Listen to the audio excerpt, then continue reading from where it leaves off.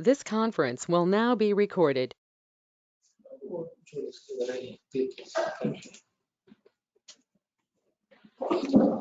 Hello, madam. Hello. Am I audible, madam? Hello. Hello, madam. Yes, audible. You're audible, sir. Yes. We'll start, madam. Yes, you're audible, sir. Yes. Okay. Hello and welcome. I, Dr. Srinivas Jadhav, Associate Professor and HOD, Department of Prasuti Tantra and Stri Rog, SBG Ayurved Medical College, Belgavi, Karnataka. Today we are here for E-Series of Guest Lecture 2022, organized by the Department of Prasuti Tantra and Stri Rog, SBG Ayurved Medical College and Hospital, on the topic Sexual and Reproductive Health Awareness. Sexual and Reproductive Health Awareness Day is celebrated on 12th Feb. To spread awareness on the same, we have organized this guest lecture. It's my pleasure to welcome today's guest, Dr. Manjusha Karkare, madam. I also welcome all the teaching faculties and all the students. I take this opportunity to introduce Madam Dr. Manjusha Karkare, Professor and HOD, Department of Ph.D. and PG Studies in PTSR, Parul Institute of Ayurved, Parul University. Madam is Ph.D. and PG Guide in Parul University. Madam is in teaching profession since 1999. Madam graduate from the R.A. Poddar, Mumbai, 1994. MD from IPGTR, Jamnagar, 1997. Madam has recently awarded the Prasuti Tantra Visheshadna Award by Gujarat Board of Ayurvedic and Unani System of Medicine, Gujarat. Madam has published many articles in indexed and peer-reviewed journals. Madam presented a paper and chaired a session at Kashyapi National Seminar held at NIA Jaipur in February 2021. Madam also chaired many sessions in the national and international webinar series. Madam has worked with International Academy of Ayurveda and was deputed to Jerusalem to teach at the Brosium campus. Also was invited as an online speaker at International Congress in February 2021. Madam is doing many research projects as a principal investigator at Parul University. I welcome you, madam, once again. Yes, over to you, madam. Sir. Yes. Okay. Thank you, Dr. Jadhav, sir, for your very kind introduction. And initially, at the outset, I would like to thank the principal of the college, Dr. Gadalji Chetty, sir, and the vice principal, Dr. Adivesh, sir, for giving me this opportunity to interact with the students and faculty of the college on the occasion of this day for creating an awareness for sexual and reproductive health. So I'll begin with the presentation. Basically, the term sexual and reproductive health, it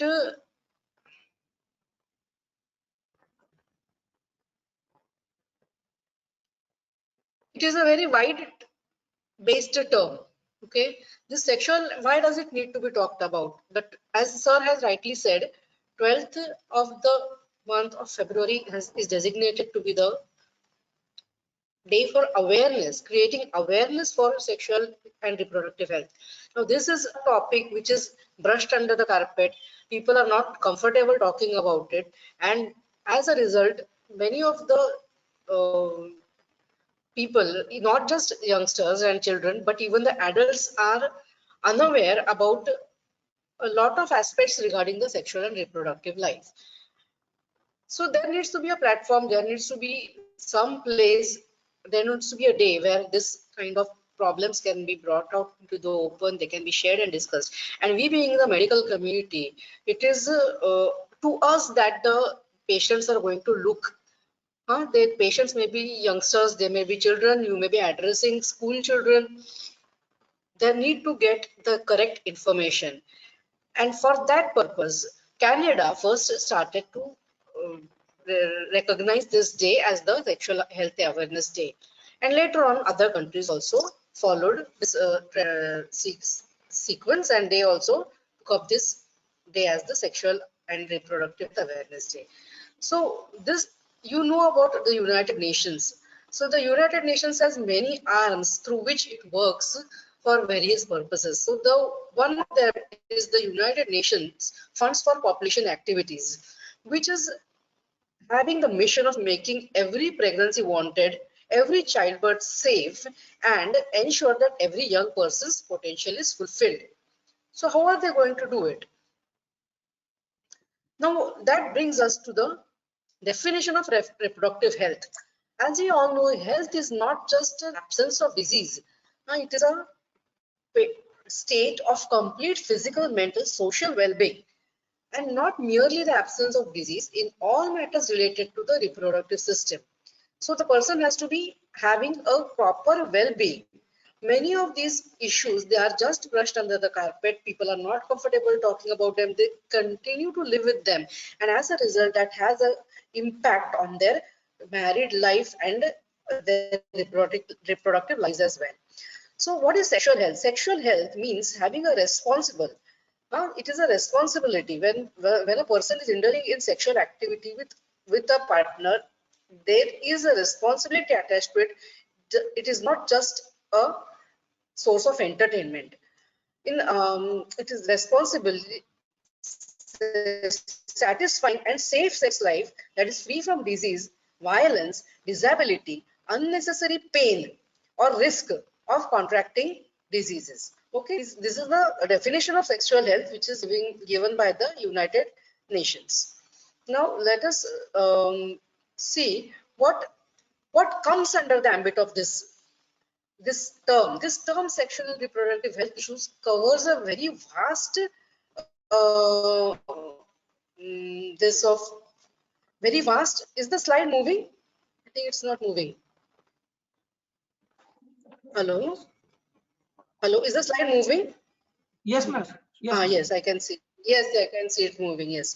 Okay, so it covers fertility and infertility. It covers puberty problems. It covers reproductive cancers, contraception, sexually transmitted disease. So as you can see, the scope of sexual and reproductive health is very vast. It covers almost every stage of life. It covers in the human life.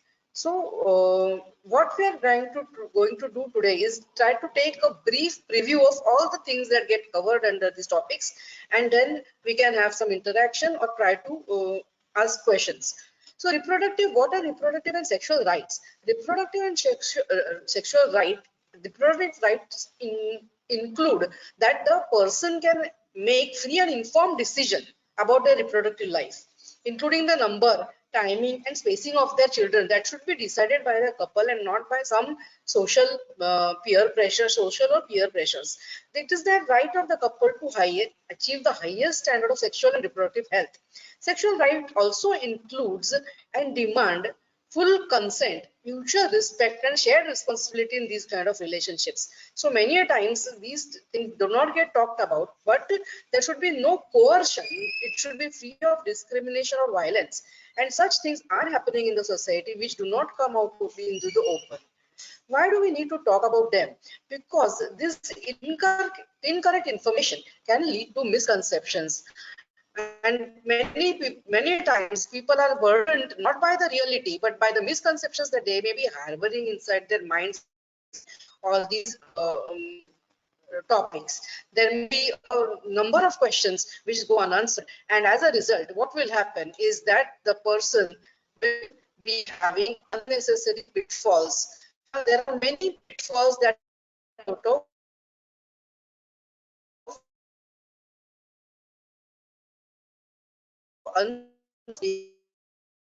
rights and sexual safety duties. So that in a we can satisfactory sexual life, capability to produce,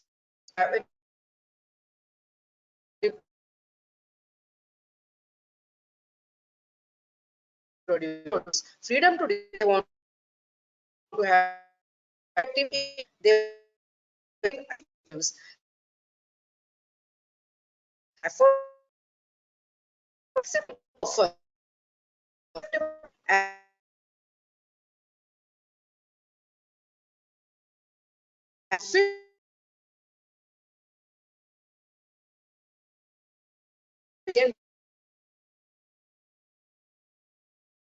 very and healthy baby. So as you see, a baby get large sexual and reproductive variety reproductive health of topics covered under and in order to achieve these objectives, the family planning was initiated in 1951. This means that it know how to avoid pregnancy. United Nations family accomplish this goal. It works towards the plan of UN, including family. That is the goal. Then from birth to the elderly life, there are various issues that come up. Birth weight and individual practice. It includes female genital mutilation, harmful traditional practices, unwanted age, pregnancy gets married, pregnancies. All these are concerns as the when they have a leading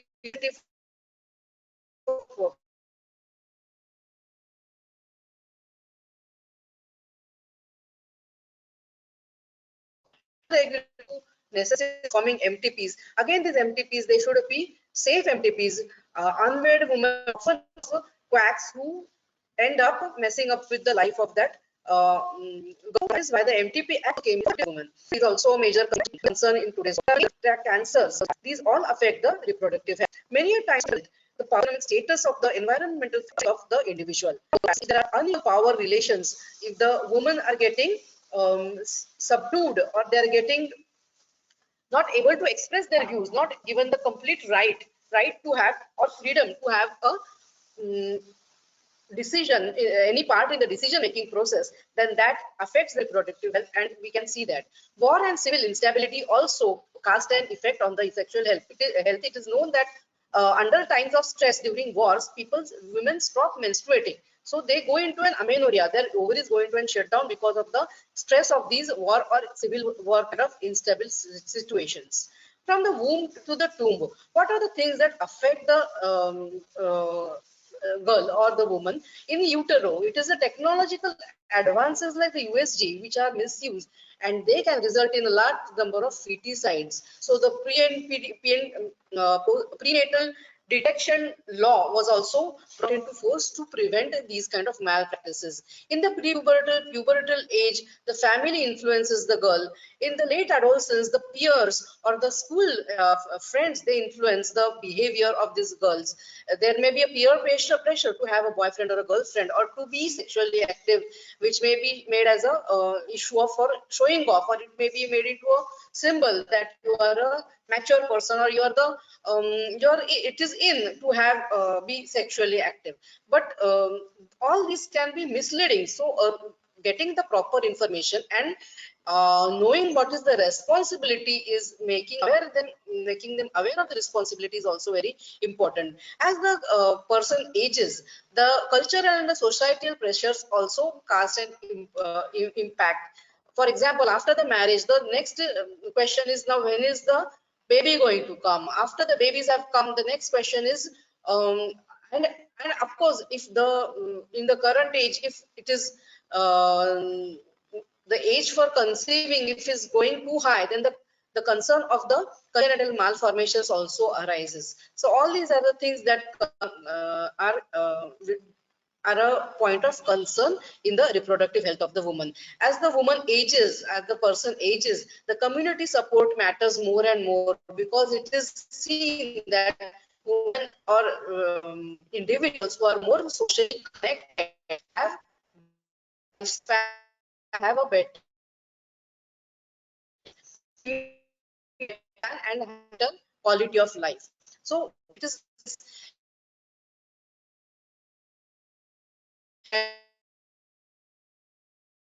talked about, especially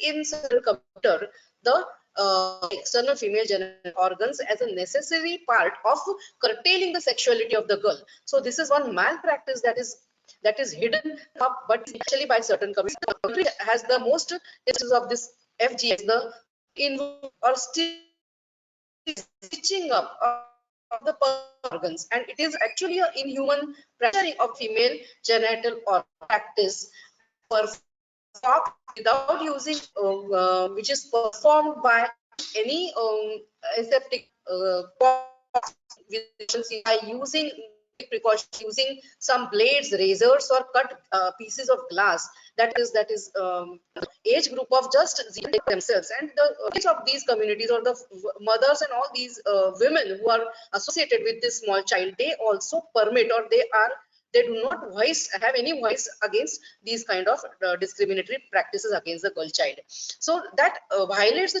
girl's right to have freedom from torture, her right for prevention of mental and physical violence, and therefore it is the obligation of the state to protect the adolescents from harmful practices like early marriages, honor killings, female genital mutilation. So that brings us to gender equality and equity.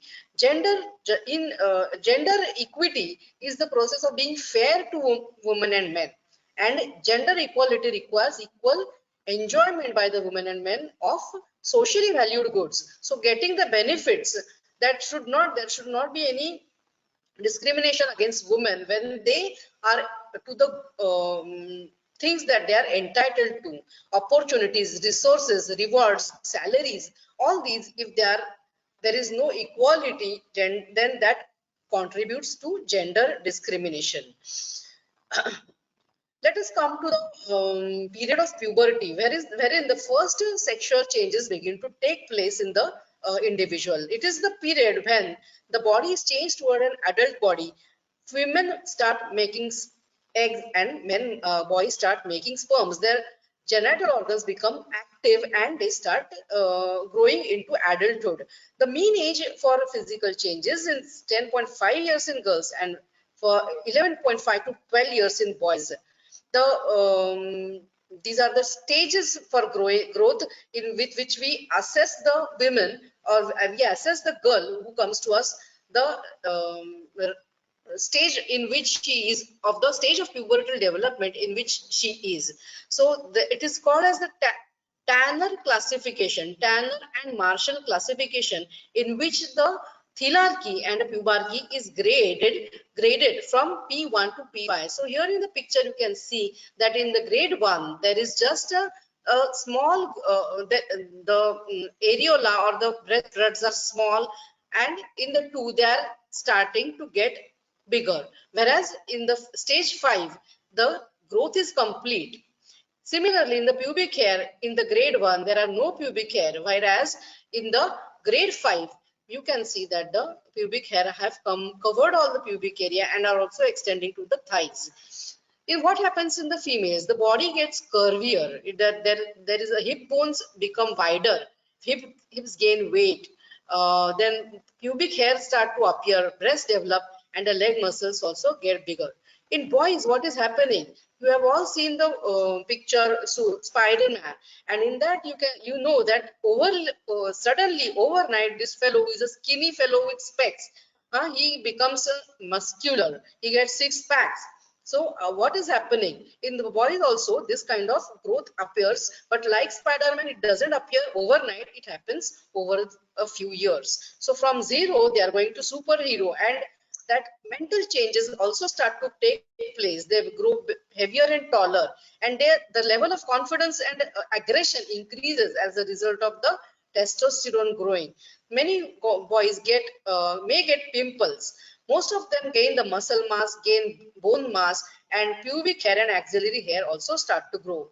The external genital organs grow in size, and many of them who are not able to handle the spurt of testosterone, they may be subject to having mood swings, sexual thoughts and feelings. So in this state, it is important to control these and channelize this freshly found energy into productive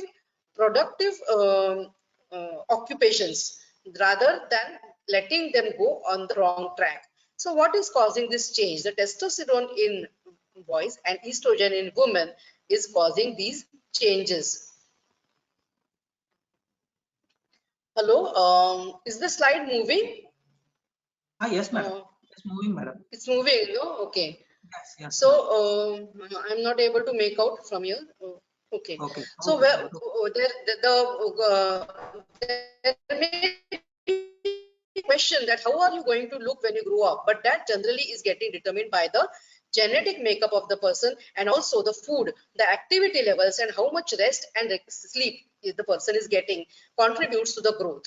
The difference between what are normal things that happen, that normal things that the boys may be going through in the mental area, which nobody knows about. The boys may be they are more prone for having sexual thoughts and feelings. There is attraction towards the opposite sex. Some may have the feeling of crush or falling in love, and some are getting angry at the parents for where this being restricted.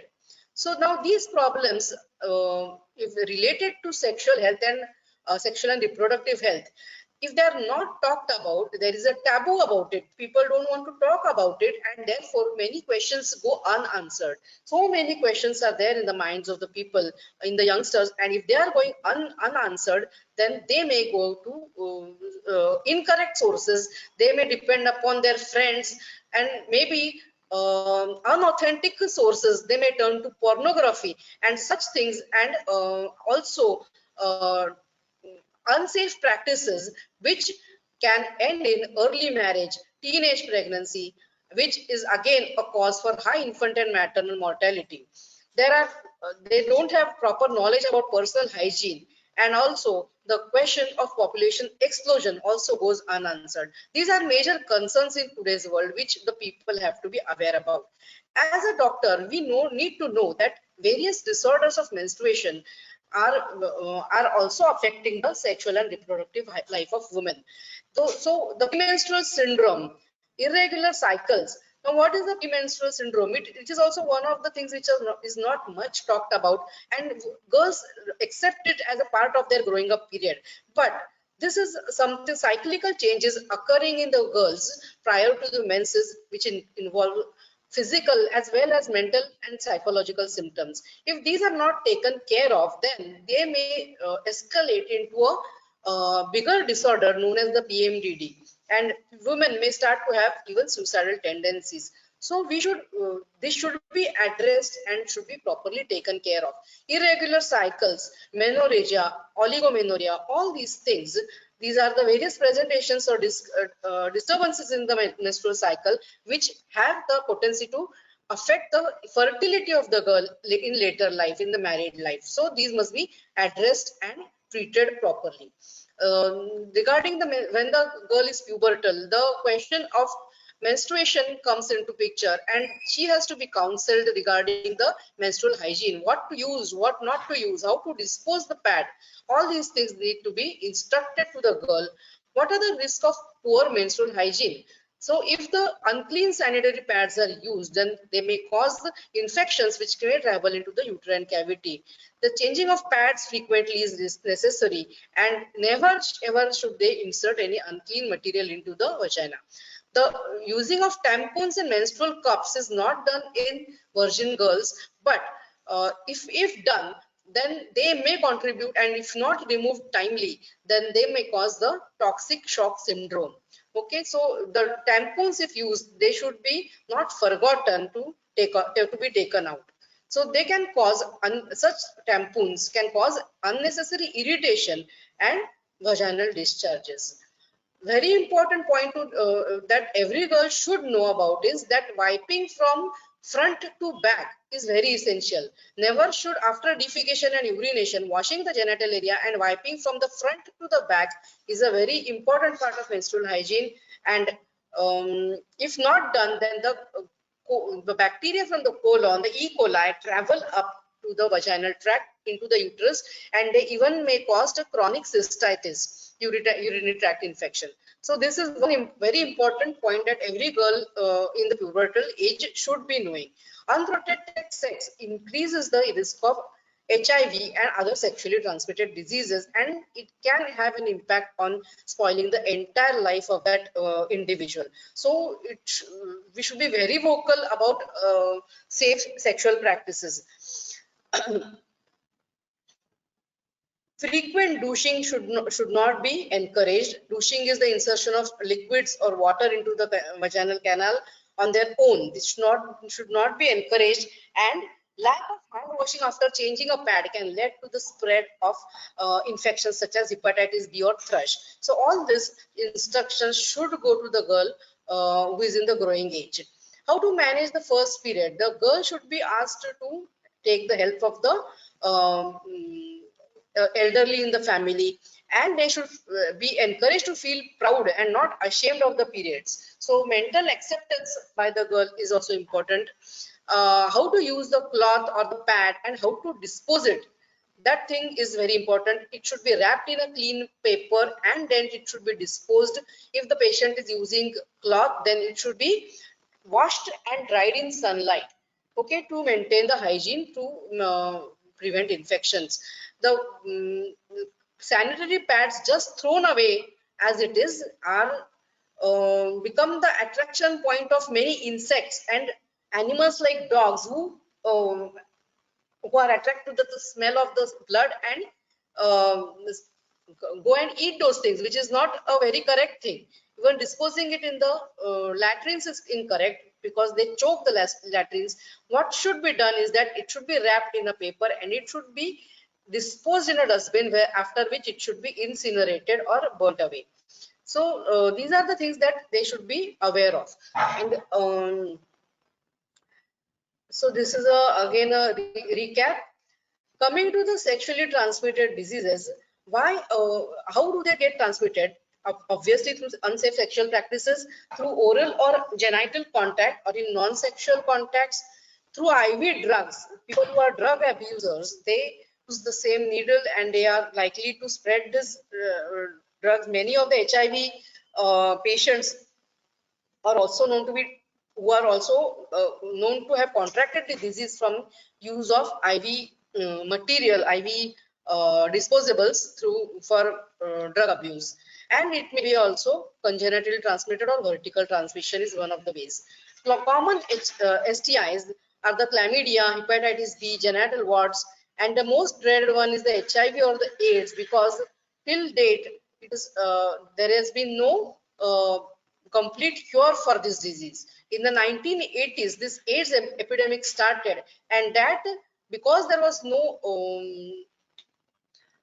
remedy for it, people became more aware about safe sexual practices. So using the barriers or the condoms is a very important part of the safe sex. Ideally, I'm coming to the next part also. What are the precautions? That avoidance of the physical contact, non-penetrative sex, and using the barriers.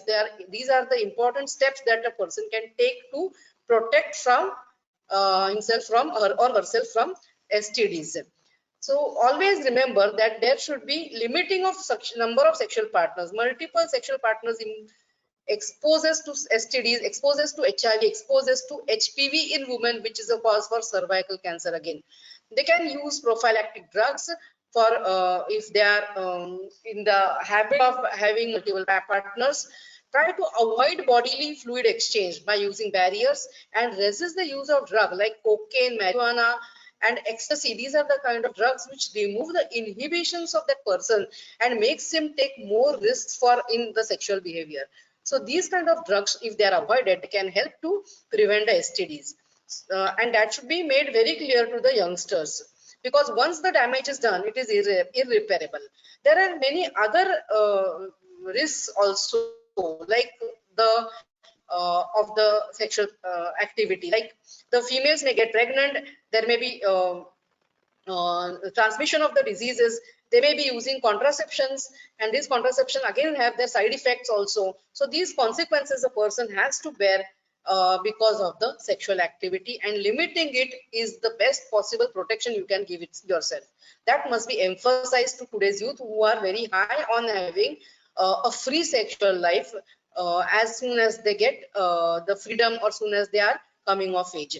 Then the next point that we want to talk about is the emotional consequences, because many of girls, they get used and dumped by their boyfriends after the pregnancy or after having the sexual intercourse, which may lead to scarring, emotional scarring for a lifetime. There may be betrayal, confusion, and they may not be able to trust a person again.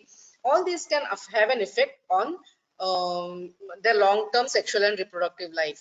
So having a committed relationship like marriage is important to preserve the health of that, not only the mental, physical, but the mental and psychological health of the person.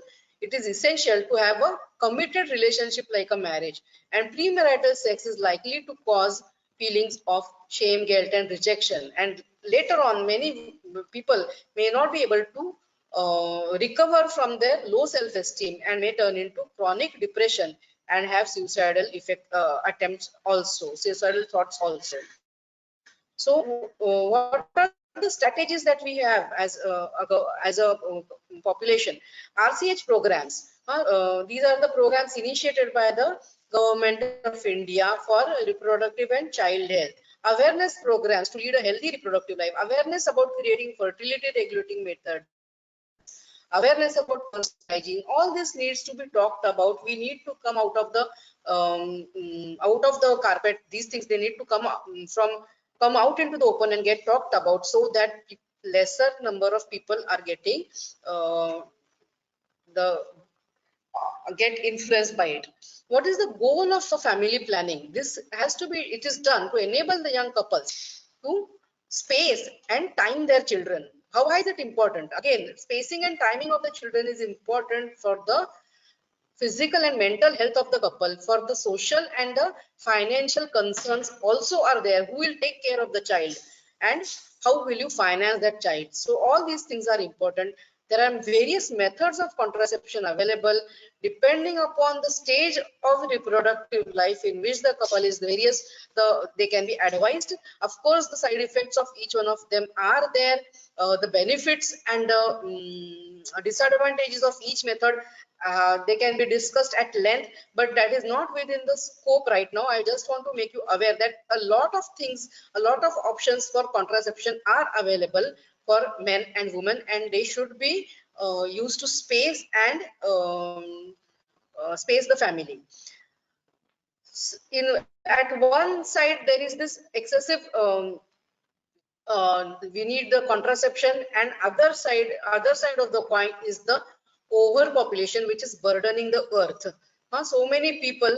So maybe 100 years back, the number of people in the entire world, now they are present in one country like India. So that is the rate at which we are reproducing. So responsibility in reproducing is also essential. Controlling the fertility has also become an important part of the reproductive and sexual health, because excessive reproduction again is going to burden our resources and lead to poverty. One of the main reasons of poverty, unemployment, all the problems we are facing right now is the overburdening on the limited resources that the earth has to offer us. So we have only one earth, one globe, and the resources are limited. If we go on multiplying like insects, we will live like insects and die like insects. So that needs to be understood, and the responsibility for everybody has to take up that responsibility for having a regulated reproduction. Then at one side this population explosion is there, and one side there is the problem of the infertile couple.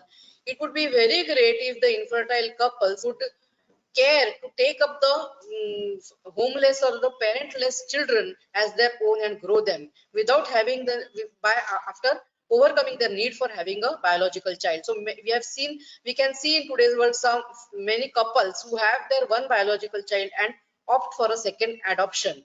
So they get a child and the child gets a family. So if we can elevate our thoughts to that level, that would be a great benefit for everybody concerned.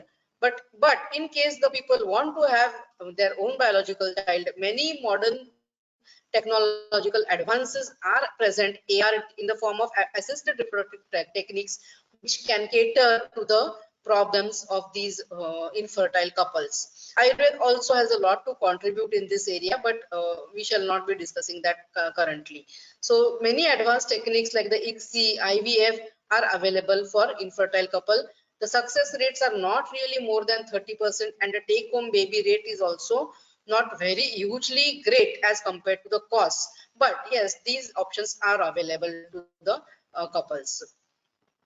Then gender-based violence also is also a concern, is one issue which doesn't get discussed about. It involves the intimate partner violence, child abuse, non-partner sexual violence. All these things, they go into the gender-based violence, and we have to be aware and try to recognize that this is happening in our society. It is more common than you think. 1 in 3 women has experienced physical or sexual violence. 1 in 5 women has experienced stalking, being stalked by, and 95% of the victims trafficked are for sexual exploitation are women. So this gender-based violence is also something we can do something about, and can help the survivors by empathizing with them, believing in them, listening to them, and teaching the next generation to learn from them. You should be able to offer compassion, practical support, and psychological and mental support to such people, and also be able to be in a position to enroll the help of social workers or institutes which help these kind of victims. So I think that has covered a major part of what I wanted to talk about.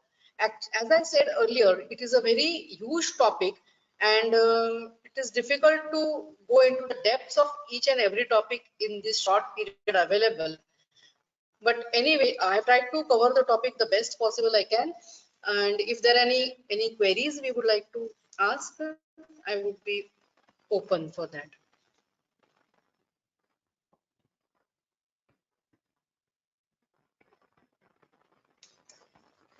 Thank you, madam.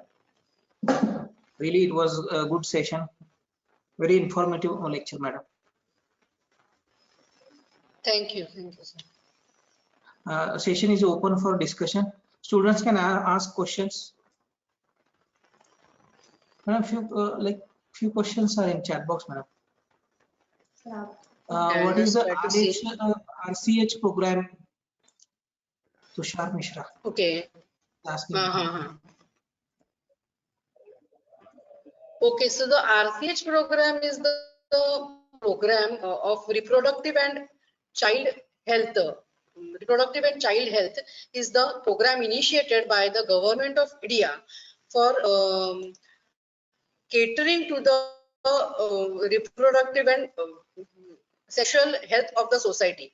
It involves actually there are many things that they take into concern. They are concerned with family planning, tuberculosis, and providing the proper contraception. Access to proper contraception is also very important, and the RCH program of the government tries to cater to this demand by providing the free properties, or they conduct through the medium of the ASHA workers. The eligible candidates are screened for the tuberculosis and vasectomies. Vasectomies are not so common, but the tuberculosis are done in our rural healthcare centers, and through them the population regulation is brought into action.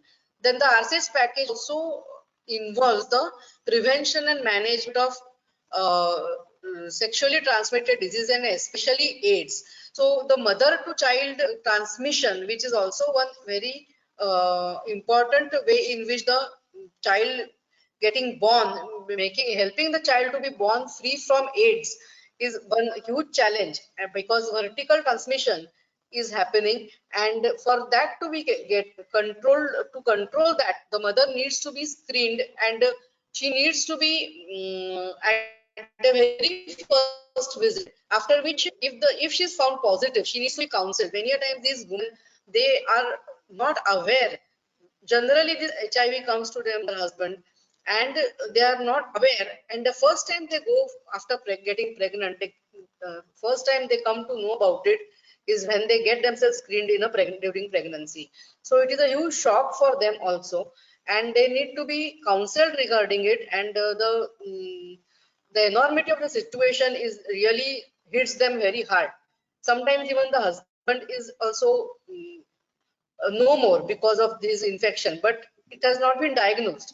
And providing the mental and psychological support for these women through counseling and giving them the appropriate medication like zidovudine to prevent the vertical transmission during ANC and also during labor is one of the important things that the RCH program takes into account. Then the early neonatal deaths, that is also safe motherhood. All these, they come under the ambit of the reproductive and child health care programs. So I think that must have answered the question. Madam, another question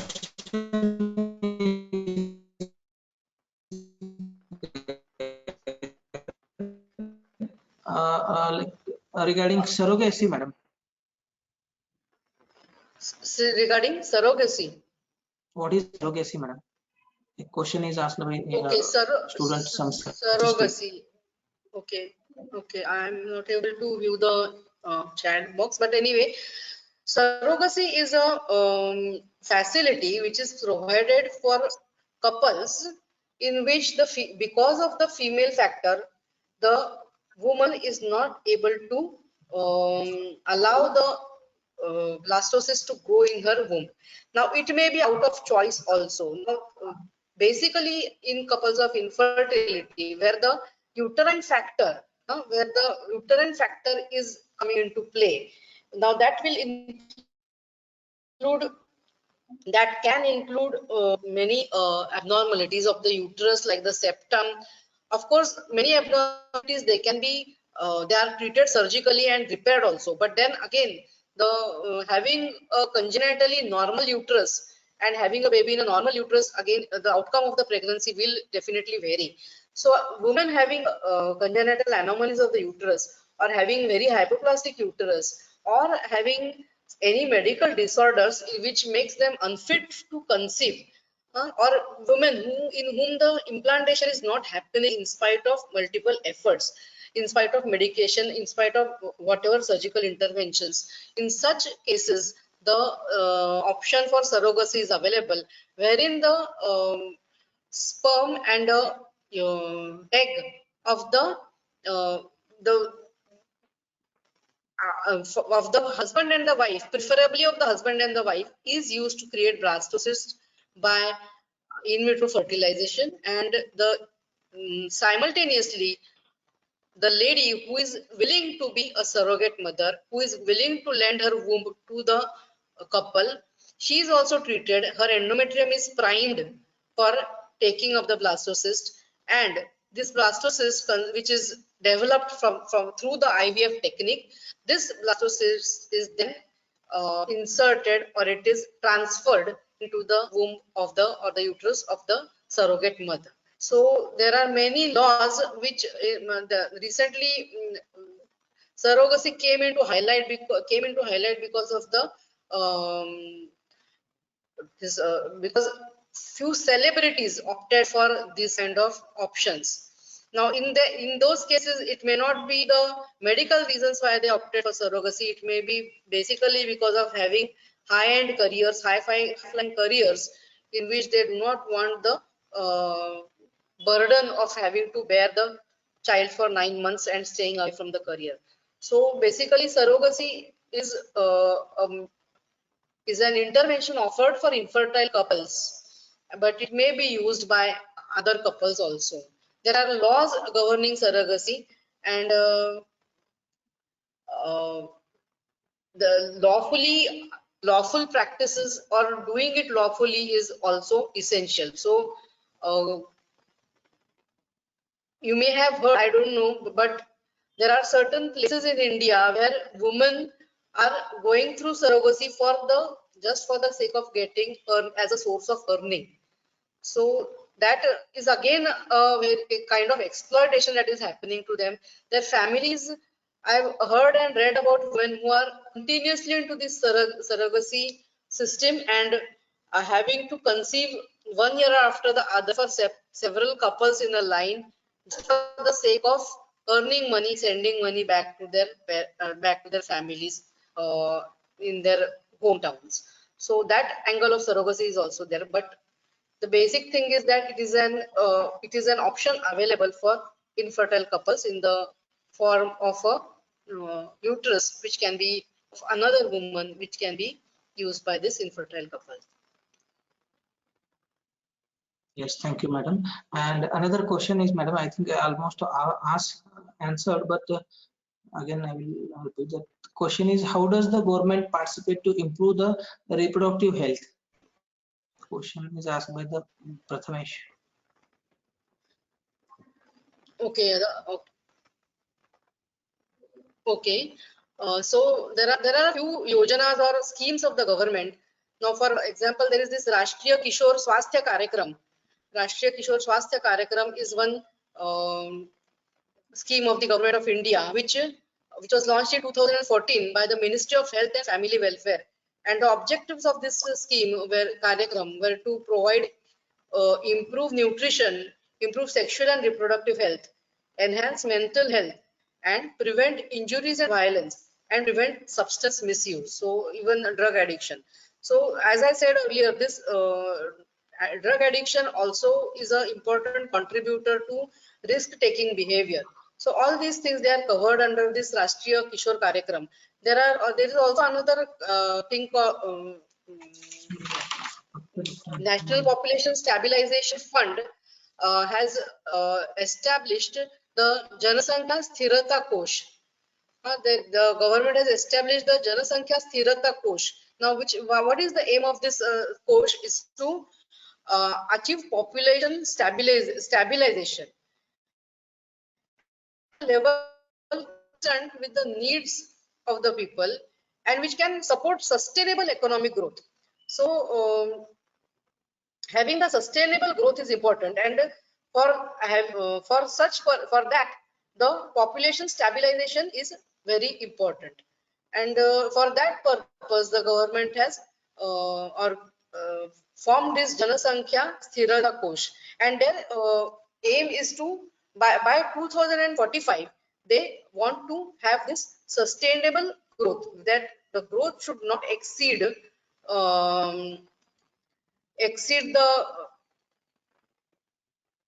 production. The production and the growth, there should be some kind of like I said, like if we reproduce like insects, we'll live like insects and die like insects. So that for that not to happen, this Janasankhya Sthirata Kosh was established, and they aim for having the social development and environmental protection along with population stabilization by 2045. So there are other helplines also of the government which which a person can, now this I hope you can see on the screen. This helpline is available for people who want to have any information about regarding their sexual and reproductive health. Then this link I have put over here. This link is also available for people who want to ask any questions. So that is the way you can, because going to the authentic source is important. Getting the information from YouTube, or of course there are authentic sites, but many of them can give you misleading information. Getting addicted to pornography is a major issue because of its easy availability in the world of the internet, in this era of internet. The pornography addiction amongst youngsters is also increasing, and because of that it affects their normal and healthy sexual life, in which they are not able to relate to a normal partner in a married life because of overexposure to things like pornography.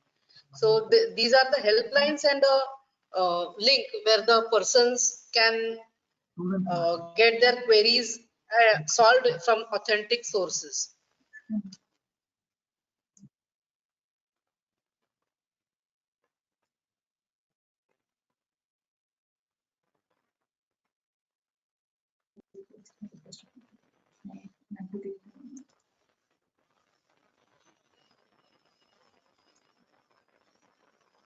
Madam? Yes. Yes, thank you, madam. Thank you. It was a really informative session, madam. I think almost you have covered many things, madam. Very informative session, madam, and elaborative. And now, Okay, sir.